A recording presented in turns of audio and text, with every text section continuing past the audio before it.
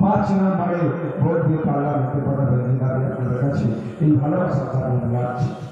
আপনারা যদি চান এখানকার হারোয়া বিধানসভা দেবঙ্গা ব্লক, তো হারোয়া বিধানসভা বা দেবঙ্গা ব্লকের উদ্দেশ্যে লোকেদের উদ্দেশ্যে বলবো, আপনাদের এখানে দুটো কাজ সব থেকে বেশি হয় রুজির জন্য, একটা হচ্ছে কৃষিকাজ আর একটা দর্জি, তাই তো? আমি দুটোর কথাই বলবো। আপনারা যারা দর্জি শ্রমিক আছেন এখানে, দর্জির কাজের সাথে যারা যুক্ত, আজ থেকে 5-7 বছর আগে মাস গেলে নয় সবটাতে আপনার 4-5 হাজার টাকা ইনকাম করে নিতেন। ভুল বলছি? একটু সারা দেবেন, ভুল বলছি? আর এখন 1.5 থেকে 2 হাজার টাকা সপ্তাহে ইনকাম করতে গিয়ে জীব বাড়িয়ে যাচ্ছে। এই সমস্যাটার সমাধান কিভাবে হবে? সমস্যাটার সমাধান কারা করবে? এটা একটা সমস্যা। 1000 টাকা মায়ের হাতে ধরিয়ে দিয়ে 1200 টাকা মায়ের হাতে ধরিয়ে সমস্যার সমাধান হয় না। কারণ 10,000 টাকা কম করে আপনারা মাসে মাসে দান করছে, 1000 টাকা ধরিয়ে দিয়ে এই সমস্যার সমাধান হয় না। তাহলে সমস্যার সমাধান কিভাবে হবে?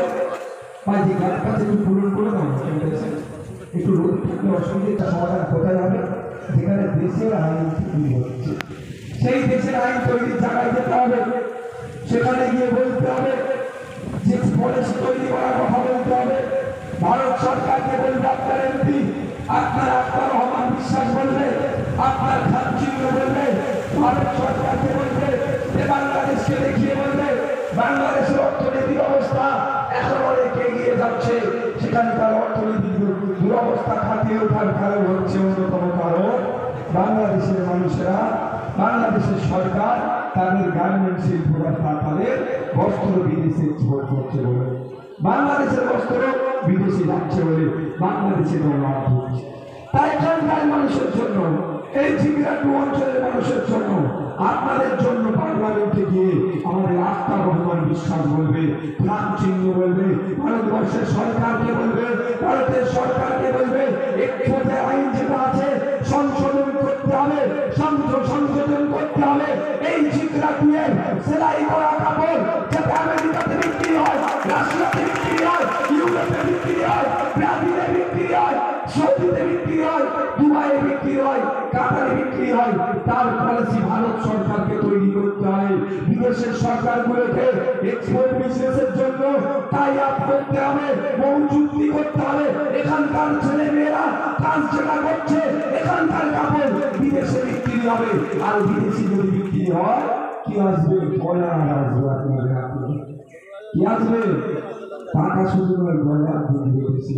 আর ডলার ঢুকা মানে আপনারা 5,000 টাকা, 4,000 টাকা, 5,000 টাকা সপ্তাহে ইনকাম করছিলেন, ওই ইনকামটা আরো বেড়ে যাবে, 1,000 আর কাটতে থাকবে না।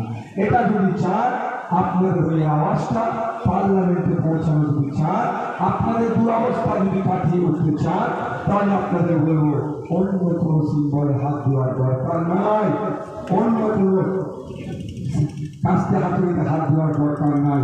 আপনাদের মূল্যবান ভোট খাচ্ছি যদি খাচ্ছি এই যে চেয়ারম্যান যাচ্ছেন না, ওখানে না করছে, এই যে চেয়ারম্যান যাচ্ছে ওখানে রাখতে পারে তো, ও মহিলাদের জন্য, তাহলে ঠিক আছে। কি বলছি বুঝতে পেরেছেন আপনাদের? আপনারা যদি এই আম বাগান, আম খাওয়ার যদি ইচ্ছে ঠিক আছে লাগাতে হবে, আর যদি আমরা গাছ লাগিয়ে দিই, পেঁপে গাছ লাগালে আম পাওয়া যাবে। চাইছেন আপনার সমস্যার কথা পার্লামেন্টে উঠুক, আর ভোট দিচ্ছেন তাকে যে আপনার নিয়ে একটাও শব্দ উপস্থিত সঙ্গে আপনাদের বলবো। যারা কৃষক আছে তাদের বলবো, আমরা ভেবেছিলাম নুসরাত জাহান পার্লামেন্টে গিয়ে এই কৃষকদের ভোট দিয়ে গিয়েছে, পার্লামেন্টে গিয়ে বলবে, ওইদিকে কাকুলি বস্তিদার পার্লামেন্টে যাবে, গিয়ে কৃষকদের হয়ে কথা বলবে, পশ্চিমবাংলা কৃষকদের দুরবস্থা কাটিয়ে যাতে ওঠে তার কথা বলবে।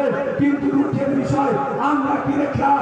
এই লেখা মাত্রদের অপদার্থ সরকার, বিভাজনের সরকার, এই শুভেন্দু অধিকারীদের সাতটা বিকাশ বললে আদানি আম্বানিদের সাথ দিচ্ছে, আর গুজরাটের বিকাশ করা সরকার আমাদের কৃষকদের বিপক্ষে যখন বিল পাস করিয়েছিল, আমরা আশা করেছিলাম নুসরাত জাহান আর কাকুলি দস্তেদাররা কৃষকদের পক্ষে নেবে, বিজেপির বিরোধিতা করবে, কিন্তু তারা কৃষকের পক্ষ নেবে না, বরঞ্চ বিজেপি তারা সুবিধা করবে। ভাবার সময় এসেছে। কৃষকদের বলবো, সেই বিলের কথা বলে যাচ্ছি না, ব্রিটিশ পিরিয়ডের মতো নীল কাশিদের সাথে নীল কররা যে ধরনের আচরণ করত, যেভাবে শোষণ করত, বিজেপি সরকার বিল নিয়েছে, এই যে সরকার সেই বিল নিয়েছে আবার নতুন করে শোষণ করার চেষ্টা করছে। সারা দেশের কৃষকরা ঐক্যবদ্ধ হয়েছে। ঝিকরার কৃষকদের বলবো, বসিরহাটের কৃষকদের বলবো, বারাসাতের কৃষকদের বলবো, ঐক্যবদ্ধ হন, দলবদ্ধ হন। আপনাদের বিপক্ষে যারা বিল পাস করানোর চেষ্টা করেছিল, আপনাদের বিপক্ষে যারা বিল পাস করিয়ে আপনাদেরকে ডিস্টার্ব করার চেষ্টা করছে, আপনাদেরকে শোষণ করার চেষ্টা করছে, সেই বিজেপি অর্থাৎ লেখাপত্রকে একটাও ভোট দেবেন না। সাথে সাথে তৃণমূল কংগ্রেসের কাছ থেকে আমরা আশা করেছিলাম যে তাদের 18টা এমপি পার্লামেন্টে দাঁড়িয়ে বিজেপির চোখে চোখ রেখে পশ্চিমবাংলার কৃষকদের কথা ভেবে, বসিরহাটের কৃষকের কথা ভেবে, বারাসাতের কৃষকদের কথা ভেবে বিজেপির বিরোধিতা করবে। কি দেখলাম? ওখানে দাঁড়িয়ে বরঞ্চ গতকালে বিজেপি সুবিধা করলো, কৃষকদের বিপক্ষে যদি পাশ হয়ে তার বিরোধিতা করলো না। তাই সময় এসেছে, ভোট আগামী 1 তারিখে এখানকার কৃষকরা ভোট দিয়ে বুঝিয়ে দেবে, বিজেপিকে বোঝাবে, তৃণমূলকে বুঝিয়ে দেবে, কৃষকের বিনা ভোটে তুমি এমপি হয়ে পার্লামেন্টে দিতে পারবে না। কৃষক ভোটে তোমার পাশে থাকে, তুমি এমপি হতে পারবে না। তাই বসিরহাট বারাসাতের কৃষকরা এই বিজেপিকে প্রত্যাখ্যান করবে এবং খান চিহ্নকে বেছে নেবে। খান চিহ্ন পার্লামেন্টে গিয়ে কৃষকের কথা বলবে। পশ্চিমবঙ্গের কৃষকরা মাছ কেটে মাত্র 7,000 টাকা তার জন্য চিৎকার করবে, একটা রকম বিশ্বাস খান চিহ্ন পার্লামেন্ট। বন্ধুগণ, আপনাদের বলবো, আপনারা শুনলে অবাক হবে, আপনাদের মাসিক গড় কৃষকের পরিবার পিছু 7,000, 7,000-এর নিচে চলে যান হরিয়ানাতে 22,000, কাশ্মীরে চলে যান 18,000, পাঞ্জাবে চলে যান ওই 18-20,000 টাকা মাস দিলে করে। আর একটু এগিয়ে যান মেঘালয় রাজ্য, মাত্র 304 হেক্টর জমি আছে, সেখানকার কৃষকরা মাসের শেষে প্রায় 30,000 টাকা করে ইনকাম করে। ওরাও কৃষক, আপনারাও কৃষক। ওরা 30,000 ইনকাম করছে, আপনারা মাত্র 7,000-এর নিচে ইনকাম করছে। কারণটা কি? এই এমপিএর চোর চোর যারা আছে, বাচ্চাদের মিড ডে মিল চোর, কৃষকের অধিকার চোর, এদেরকে যতক্ষণ ক্ষমতা রাখবেন এই দুরবস্থা হবে। এদেরকে ক্ষমতা থেকে উৎখাত করুন। আমি দায়িত্ব নিয়ে বলছি, আমাদের হাতে ক্ষমতা তুলে দিয়ে কৃষকের প্রাপ্য কৃষককে বুঝিয়ে দেবো। উৎপাদিত ফসলের সঠিক দাম থাকে, কৃষকরা মার্কেটে যাতে তাদের আয় দ্বিগুণ হয়, অর্থাৎ 7,000 আছে সেটা ডবল হয়ে যায়, যেটা ডবল হয়ে যায় সেই ব্যবস্থা আমরা করবো আপনাদের জন্য।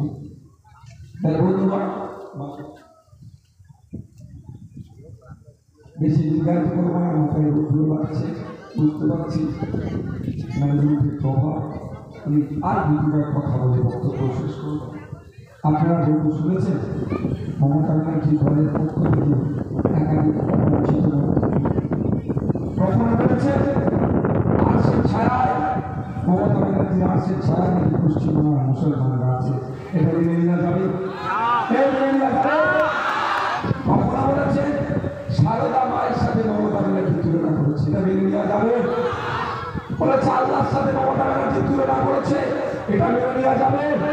অবশেষে দেখলাম মমতা ব্যানার্জি নিজে কি করেছে, কি বলেছে, গীতা, বাইবেল, কোরআন শরীফ শেষ হয়ে যাবে, আর নাকি মমতা শেষ হবে না। ধর্মপ্রাণ মানুষেরা, যারা ধর্মপ্রাণ মানুষ আছেন তাদের উদ্দেশ্যে বলবো, এইটা বলেছে বলে আইএসএফকে ভোট দেবেন, আমি কথা একবারের জন্য বলবো না। তাহলে ওরা যে দলের জনক মন্তব্য করেছে, ওই মন্তব্যকে নিয়ে আমার ভোট চালাতে হবে, আমি কথা বলবো না। শুধু আপনাদেরকে বলবো, একটু সজাগ থাকুন, সতর্ক থাকুন। যারা ধর্ম নিয়ে রাজনীতি করছে, আল্লাহর সাথে যাদের শিরক করছে, আল্লাহর সাথে যাকে তুলনা করছে, আর্শের ছায়ায় নাকি মমতার আর্শের ছায়ায় নাকি মুসলমানরা আছে, আমি ধর্মপ্রাণ মানুষদের বলবো, এদেরকে বয়কট করুন, এদেরকে একটা ভোট দেবেন না, এদেরকে বয়কট করুন। আর নাহলে আগামী দিন আসছে দেখবেন কি করবে, মন্দিরে মসজিদে গির্জাতে যাবে, মমতা ব্যানার্জি তৃণমূল কংগ্রেসের নেতাদের ছবি লাগিয়ে দেবে। আপনি মন্দিরে পুজো করতে যাবেন, আপনাকে বলবে আগে মমতার পুজো কর, আগে তৃণমূলের নেতাদের পুজো কর, তারপরে দেবীর পুজো করবি। এদেরকে আটকাতে হবে, বয়কট করতে হবে। আপনি না হলে মসজিদে যাবেন নামাজে, মমতার ছবি টাঙিয়ে দিয়ে বলবে আগে এটা চেষ্টা কর, তারপরে তুই আল্লাহ চেষ্টা করতে যাবি। আপনি গির্জায় যাবেন প্রেয়ার করতে, যেবার মমতা ব্যানার্জির দল বলবে আগে মমতা ব্যানার্জিকে তুই প্রেয়ার কর, তারপরে যিশুর প্রেয়ার করবি। অর্থাৎ এদেরকে যদি এখন আটকান আগামী দিনেরা মন্দির মসজিদ গির্জার মধ্যে ঢুকে যাবে, আর এই মমতার ছবি দিয়ে বলবে এই প্রার্থনা কর, এই নামাজ পড়তে চেষ্টা কর, তাহলে পরে তোরা নামাজ পড়বি, পুজো করবি, প্রেয়ার করবি। তাই বন্ধুরা বলবো, যদি এখনো সজাগ না হন, এখনো সতর্ক না হন, যদি এখনো মনে করেন মমতাকে ভোট না দিলে বিজেপি এসে যাবে, আপনাদের একটা কথা বলে যায়, বিজেপি সাম্প্রদায়িক রাজনীতি করছে, ওই সাম্প্রদায়িক রাজনীতি বেশি দিন টিকবে না। আমার হিন্দু মায়ের পাতে কাজ চাই, আমার মুসলমান মায়ের হাতেও কাজ চাই, পেটে ভাত চাই, মাথায় চাল চাই। কতদিন সাম্প্রদায়িক রাজনীতি করে আমার হিন্দু মা আমার মুসলমান মাকে আটকে রাখবে? বেশি দিন চলবে না। যখন পেটের টান পড়বে, যখন খাবার টান পড়বে, তখন কোনো বিজেপি কাজ করবে না। সাম্প্রদায়িক আর যদি আপনি তৃণমূলকে প্রশ্রয় দেয়, যদি মনে করেন এই তৃণমূল বিজেপিকে আটকাবে, আটকাবার নাম করে আল্লাহর সাথে এই দেবংশুকে তুলনা করে দিচ্ছে, মমতাকে আল্লাহর সাথে তুলনা করে দিচ্ছে, মমতার উম্মত বলে দিচ্ছে মুসলমানদেরকে, মমতার আর্শের ছায়া পশ্চিমবাংলার মুসলমানরা আছে, এই বলে ইসলাম ধর্মকে নিয়ে কি করছে, ধ্বংসের দিকে ইসলামকে ঠেলে দিচ্ছে। আপনারা ডিসাইড করুন। আমি বলছি না এগুলো বলেছি বলে একসাথে ভোট দেবে, আমি একবারের জন্য এটার জন্য ভোট চাইবো না আমি, কিন্তু আপনাদেরকে বলবো একটু সজাগ হন, এই তৃণমূলকে বয়কট করুন। কারণ নূপুর শর্মারা যখন হযরত মুহাম্মদ সাল্লাল্লাহু আলাইহি ওয়াসাল্লামকে নিয়ে বাজে মন্তব্য করেছিল, আমরা প্রতিবাদ করেছিলাম, আমরা বিজেপিকে বয়কট করেছি, বিজেপিকে একটাও ভোট নয় তার আমরা কথা বলছি। তাহলে এই তৃণমূল কংগ্রেস আল্লাহকে নিয়ে যখন খিল্লি করছে, ইসলামকে নিয়ে যখন মজাক করছে, এটাও তো আমাদের নৈতিক কর্তব্যের মধ্যে পড়ে। আমরা যখন ভুলে যাচ্ছি না, নূপুর শর্মা যখন মুসলমান ধর্মপ্রাণ যিনি আছে হযরত মুহাম্মদ সাল্লাল্লাহু আলাইহি ওয়াসাল্লামকে নিয়ে বাজে মন্তব্য করলো, আমাদের তখন কি দেখেছিলাম, আমাদের রাজ্যের মাননীয় মুখ্যমন্ত্রী কি বলেছিল যে এটা দিল্লির বিষয়, দিল্লি বুঝে নেবে। মাথায় আছে তো? মাথায় আছে তো? জবাব দেওয়ার সময় এসে গেছে। হ্যাঁ, দিল্লির বিষয়, দিল্লিতে বুঝবো, বাংলাতেও বুঝবো, দিল্লি ভারতের বাইরে নয়, ভারতের যে কোনো প্রান্ত থেকে যে কোনো প্রান্তের বিষয় আমরা বুঝে নেওয়ার জন্য প্রস্তুত আছি।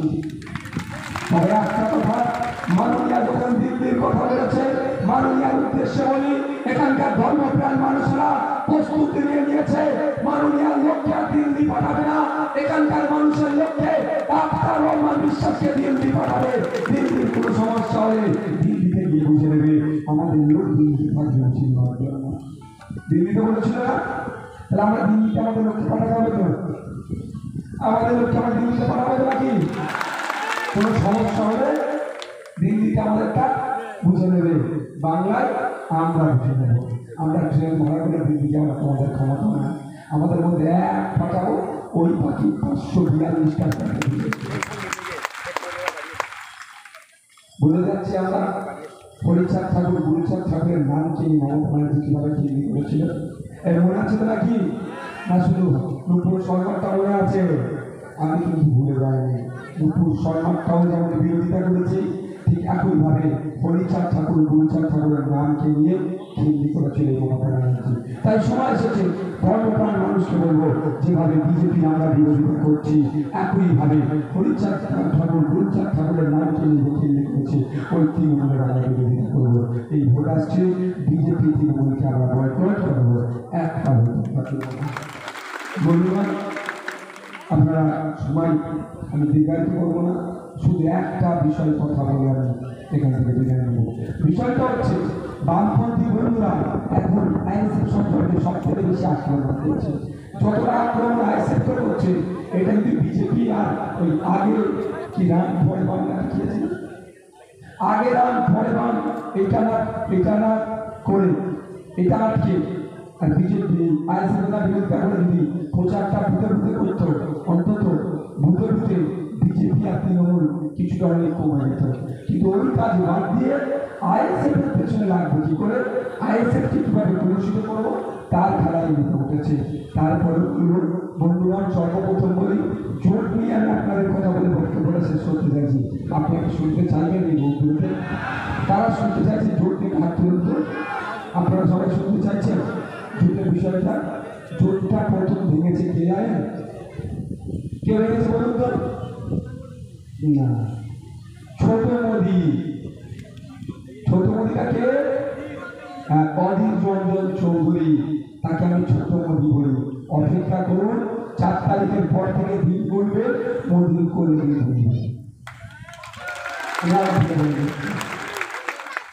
আর 4 তারিখের পরে আপনার এলাকায় তৃণমূলের তাবল নেতারা শুধু করে দিয়ে দেবে। সেটা নিজের ভোট দিলে আর কিছু হবে, সেটা বিজেপি করে উঠে যাবে না। বিজেপি কারাটা গেলে পশ্চিমবাংলা বিধানসভায় একা হলেও 3 বছর ধরে জনগণের জন্য, ভাঙড়বাসীর জন্য লড়ে যাচ্ছে। আর 5 বছর কথা সময় পূরণ করে মানুষের জন্য এই আত্মার আমার বিশ্বাসও কে কোন দিকে গেলে রাখার দরকার নেই, মানুষের জন্য লড়ে যাবে। যেটা বলেছেন জোট সর্বপ্রথম রেখেছে কংগ্রেস, আমাদের সাথে জোট করতে চায়নি। আমরা অচ্ছুত বামপন্থী বন্ধুরা তো একবার অধীর চৌধুরীরা কংগ্রেসকে একটাও শব্দ খরচ করেছে, করেনি।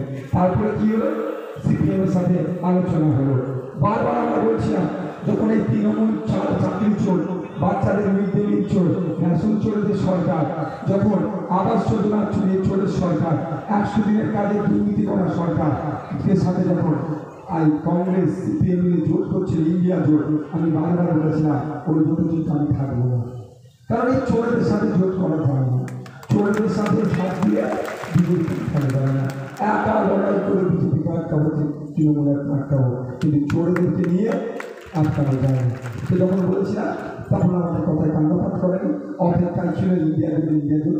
যখন ইন্ডিয়া জোট তৃণমূল এদেরকে ধাক্কা দিয়ে দিয়েছে, তখন আমাদের সাথে বসেছিল। তারপরেও বলছি, বসার পরে আলোচনা হচ্ছিল, আমরা বলেছিলাম আমাদের 1 একক ক্ষমতায় আমরা 42টা সিটে দেওয়ার মতো ক্ষমতা রাখি। আপনারা দেখছেন 17টা প্রার্থী দিয়েছি, যেখানে যাচ্ছি সেখানেই মানুষ হচ্ছে না। এই আজকে এখন বেলা 12টা বাজে, আপনারা বলুন কালকে বিরিয়ানির প্যাকেট, বাইকের তেল 300 টাকা রোজ দিয়ে আনা হয়েছে? একজন যেখানে হাজার খানেক মানুষ উপস্থিত হয়েছে, আমি চ্যালেঞ্জ করছি মমতা ব্যানার্জি যেখানে উপস্থিত হয়, বিনা তেলে, বিনা বিরিয়ানির প্যাকেটে, বিনা হুমকিতে 300 লোকের জমা করতে পারবে না। হাজার হাজার মানুষ নিঃস্বার্থ আপনারা এসে উপস্থিত হয়েছে এই ভালোবাসাতে। তো যেটা এটা আমরা লড়াই করার শক্তি পাচ্ছি। আমরা বলেছিলাম 42টা আমরা প্রার্থী, 42টার মধ্যে 22টা আমরা দেওয়ার ক্ষমতা রাখি, কিন্তু জোট যখন করছি তখন তার রিজিট হওয়া যায় না। তখন আমরা বললাম আমরা 14টা প্রার্থী দেবো। ওরা বলল না 14টা সম্ভব না। আমরা বললাম 12টা, বললো সম্ভব নেই। আমরা বললাম 11টা, 10টা, 9টা, 8টা, 7টা লেগে দিয়েছিলাম। ওরা 2 3 4টে মনে করতে লাগলো। তো কদিন আগে আমরা আমরা যে মিথ্যে কথা বলছিলাম তার প্রমাণ কিন্তু সৃষ্টিকর্তার মাধ্যমে আপনারা পেয়ে গিয়েছে। স্বর্গীয় সম্মানীয় বিমান বসু স্যার কদিন আগে বললাম না যে ওরা 14টা চেয়েছিল, লাস্টে 8টাতে নেমেছিল, আমরা 2টো দেবো বলেছিলাম, ওই জন্য ওরা বেরিয়ে গেছে, তাই তো সত্য আমার হচ্ছে বিমান বসু শুনে হয়তো ওনাকে বাইপাস করে আরও কয়েকটা দিতে চেয়েছিল, বিমান স্যারকে জানায়নি। তারপরে বলছি 2 হাতে 2টো ললিপপ দেবে, আমরা চুষতে থাকবো। ও ভালো আমাদের দলের প্রতিষ্ঠাতা টিচার আব্বাস সিদ্দিকী ভাইজান দিদিকে ময়দান কি বলেছিল, ভিক্ষা নয় অধিকার চাই, অধিকারের রাজনীতিতে আমরা এসেছি। আমাদের যে স্লোগানগুলো আছে তার মধ্যে একটা স্লোগান হচ্ছে ডিগনিটি। ডিগনিটিকে আমরা ভায়োলেট করে আমরা আমাদের কোনো জায়গায় যেতে পারি না। সেই জন্য আমরা কি বলেছিলাম, সর্বোচ্চ 7টা চেয়েছিলাম, 7টা আমরা দিয়ে বাকি জায়গায় 35টা জায়গাতে আমরা 4 লাগিয়ে লড়বো বিজেপি তৃণমূলকে কোনটা শক্ত দেবো ঘরের মধ্যে। কিন্তু তখন আমি বুঝতে পারিনি এরা তলে তলে দিনে সিপিএম, দিনে বামপন্থী, রাত্রে বিজেপি, তৃণমূল তখন বুঝতে পারেনি।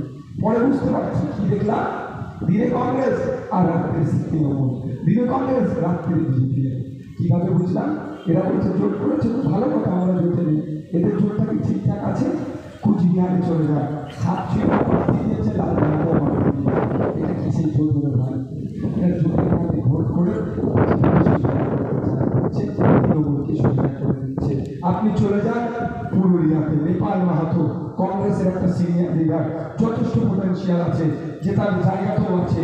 সেই জন্য ওই জায়গাটা আমরা শিক্ষা কিন্তু যেটা ভালো লড়াই করার জায়গা আছে। তারপরে বলছি, আমরা কি বলেছিলাম বলুন তো, যেখানে যেখানে আইএসএফ যার যেখানে আইএসএফ প্রার্থী নেয়নি, সেই জায়গায় বিজেপি তৃণমূলকে হারানোর জন্য যে যারা শক্তিশালী তাদেরকে ভোট দেওয়ার কথা বলেছিলাম। আমরা একবারে বলিনি যে লোককে ভোট দাও, এ কথা বলিনি। কিন্তু তারপরে বলছি নেপাল মাহাতো, তার বিরুদ্ধে লাল ঝান্ডা প্রার্থী দিয়ে দিল। ঘাটালে চলে যান, লাল ঝান্ডাও প্রার্থী দিয়েছে, হাত ছিল প্রার্থী দিয়েছে। এটা জোট হয়েছে ভাই, এটা জোটের নামে কি হয়েছে? ভোট হয়েছে। এরা চাইছে, কেউ চাইছে বিজেপির সুবিধা হোক, ছোট মোদী চাইছে বিজেপির সুবিধা হোক, আর বামপন্থীরা হয়তো কিছু বামপন্থী, প্রকৃত বামপন্থায় যারা বিশ্বাসী তাকে স্যালুট করি, আমি বামপন্থাকে সম্মান দিই। কিন্তু বামপন্থার মধ্যে যারা ঠান্ডা পন্থা আছে, যারা তৃণমূলকে সুবিধা করতে চাইছে, বিজেপির হয়ে কাজ করছে, ওই আগে রাম পরে বাম যারা করছে তাদেরকে ধিক্কার চালাচ্ছি। তারা বদলে বিজেপি তৃণমূলকে সুবিধা করার জন্য এই জোটটা করলো না। তাহলে ক্লিয়ার আছে, মেসেজ একদম ক্লিয়ার, স্ক্রিন একদম ক্লিয়ার। কেন তৃণমূল এই সিপিএম আর কংগ্রেস আইএসএফের সাথে যোগ করলো না? ক্লিয়ার তো? তারপরে আমি শেষ কথা বলছি। আচ্ছা, ভারতবর্ষে বিরোধী দল থেকে, বিজেপি বিরোধী দল থেকে প্রধানমন্ত্রীর মুখ কি হবে? মোটামুটি এখন যারা কংগ্রেস করছে, প্রধানমন্ত্রী কি হতে পারে? রাহুল গান্ধী প্রধানমন্ত্রী হলে অনেক মানুষের মেনে নেবে, তাই তো? বিরোধিতা অনেক কম করবে। তবে আমার রাজ্যের মুখ্যমন্ত্রী কি করবে আমি বলতে পারছি না, পাঁচিয়ে উঠে বসে আছে। কদিন আগে বললো কি, আমরা ইন্ডিয়া জোট সরকার করছি, 1 তারিখে ইন্ডিয়া জোটের মিটিং আছে, উনি বলছে আমি যাবো। বুঝতে পারছে, যদি ইন্ডিয়া জোটের রেজাল্ট ভালো হয়, ওই তো বলছি ইন্ডিয়া জোটে আমি আছি, আমি ইন্ডিয়া জোটে ঢুকবো। আর ইন্ডিয়া জোটের যদি রেজাল্ট খারাপ হয়, বিজেপি যদি রেজাল্ট ভালো হয়, তাহলে পরিবারের লোককে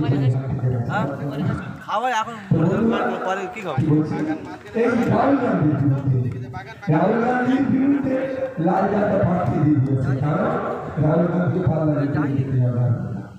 আর এখন আইএসএফকে নাকি ভোট খাচ্ছি বলে পাড়ায় পাড়ায় বামপন্থী বন্ধুরা অনেক নাটক করছে। তবে বামপন্থী বন্ধুদের এতটুকু কথা বলবে, মহাশাস সিদ্দিকী আজকে নয়, 10 দিন আগে থেকে চ্যালেঞ্জ করে আসছে, পশ্চিমবাংলায় সত্যিকারের অর্থে বামপন্থীরা যদি কংগ্রেসে ঐক্যবদ্ধ হয়ে বিজেপি তৃণমূলের বিরুদ্ধে লড়াই করতে চায়, তাহলে ভাইজান অনেক আগে প্রস্তাব দিয়েছিল যে পশ্চিমবাংলার মাটিতে, বসিরহাটের মাটিতে সিপিএম এর হয়ে কংগ্রেসের সত্যিকারের যদি সমর্থিত প্রার্থী হয় নিরাপদ সরকার, তাহলে গান্ধীর পরিবারে রাহুল গান্ধী, প্রিয়াঙ্কা গান্ধী, সোনিয়া গান্ধীর মধ্যে 3 গান্ধীর মধ্যে 1 গান্ধী নিয়েছে, বসিরহাটে একটা প্রোগ্রাম করে দেখা, তাহলে আত্মার রহমানের হয়ে আমরা